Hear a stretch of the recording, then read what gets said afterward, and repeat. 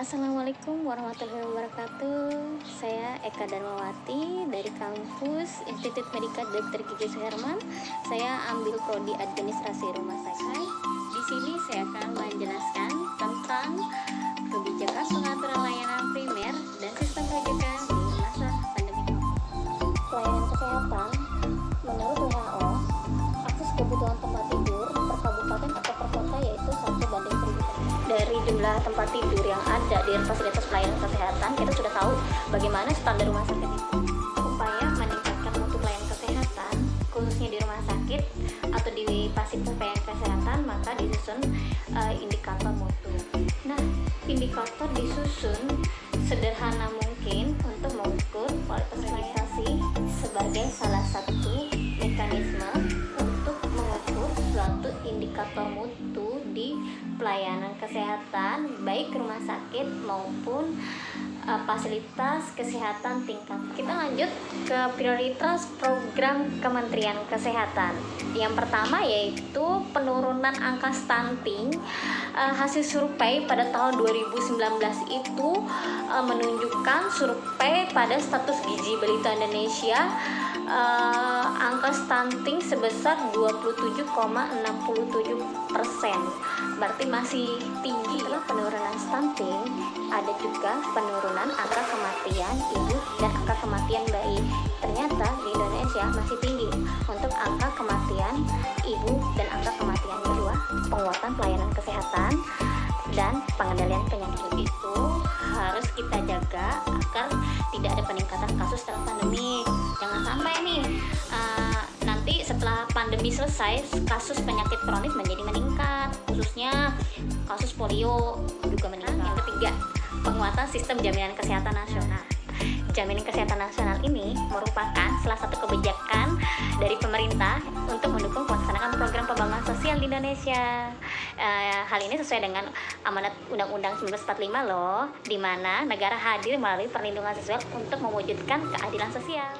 Dan yang keempat, teknologi jadi tantangan pengembangan industri kesehatan karena alat-alat yang canggih yang ada di Indonesia ini, alat-alat kesehatannya ternyata masih produk impor, teman-teman. Makanya ini adalah tantangan buat kita semua ya, buat menciptakan produk asli Indonesia. Saya yakin pasti anak Indonesia bisa. Rujukan menurut Undang-Undang Nomor 44 Tahun 2019, rujukan merupakan penyelenggaraan kesehatan yang mengatur pelimpahan tugas dan tanggung jawab secara timbal balik, vertikal maupun horizontal maupun struktural dan fungsional terhadap kasus penyakit atau masalah penyakit atau permasalahan kesehatan. Sekarang kita ke sistem rujukan terintegrasi atau SISRUT.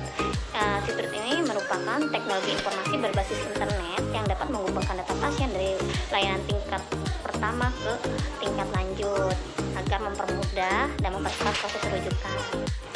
Pelayanan kesehatan tingkat pertama sebagai gatekeeper dan berfungsi sebagai triase, ODP, PDP, OTG, dan pasien COVID yang sudah terkontrol. Level pelayanan kesehatan, proses rujukan dari paskes tingkat pertama ke paskes kesehatan rumah sakit tingkat lanjut.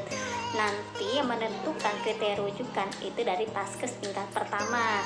Nanti sekarang kan rujukannya berjenjang tuh BPJS. Tidak langsung misalnya kita mau ke rumah sakit yang ini, ternyata rumah sakit ini tipe B. Sekarang kan nggak bisa kayak gitu ya teman-teman, nggak bisa permintaan kita sendiri. Jadi nanti paskes tingkat pertama yang menentukan kita bisanya ke rumah sakit yang mana. Manfaat SISRUT ini bagi RS rujukan yaitu peningkatan mutu layanan dengan sistem informasi rujukan terintegrasi. Kebijakan dalam masa pandemi COVID-19 menurut Surat Edaran Menteri Kesehatan tahun 2020 itu tentang penyelenggaraan pelayanan kesehatan melalui pemanfaatan teknologi informasi dan komunikasi dalam rangka pencegahan penyebaran coronavirus. Di sini pelayanan telemedicine dicatat dalam catatan digital atau manual yang dipergunakan oleh dokter sebagai dokumen rekam. Sistem rujukan terintegrasi SISRUT itu komunikasi antara payantes sebelum menerima rujukan. Nah, informasinya harus lengkap dari prasarana sampai sarana dan SDM yang menangani. Terus ada feedback dari rumah sakit terima rujukan terkait kesediaan penerimaan rujukan. Nah, penggunaan SISRUT mulai dari paskes tingkat pertama sampai dengan paskes tingkat lanjut. Nah, pengembangan SISRUT untuk rawat jalan, sedangkan dalam proses interoperabilitas SISRUT dengan rujukan online BPJS Kesehatan. Telah dilakukannya uji coba bridging sistem rawat jalan dengan rujukan online BPJS Kesehatan di 5 provinsi. Penetapan kasus yang menjadi kompetensi Paskes tingkat pertama dan Paskes tingkat lanjut. Kewenangan dokter dalam memberikan pelayanan kesehatan telemedicine mencakup anamnesa, pemeriksaan fisik tertentu, pemberian anjuran, penegakan diagnosis, penelaksanaan dan pengobatan, penulisan resep obat dan alkes, penerbitan surat rujukan. Menurut Kemenkes nomor 275 tahun 2020, terdapat 132 rumah sakit rujukan COVID dan 623 RS rujukan COVID menurut Gubernur tanggal 1 Mei 2020.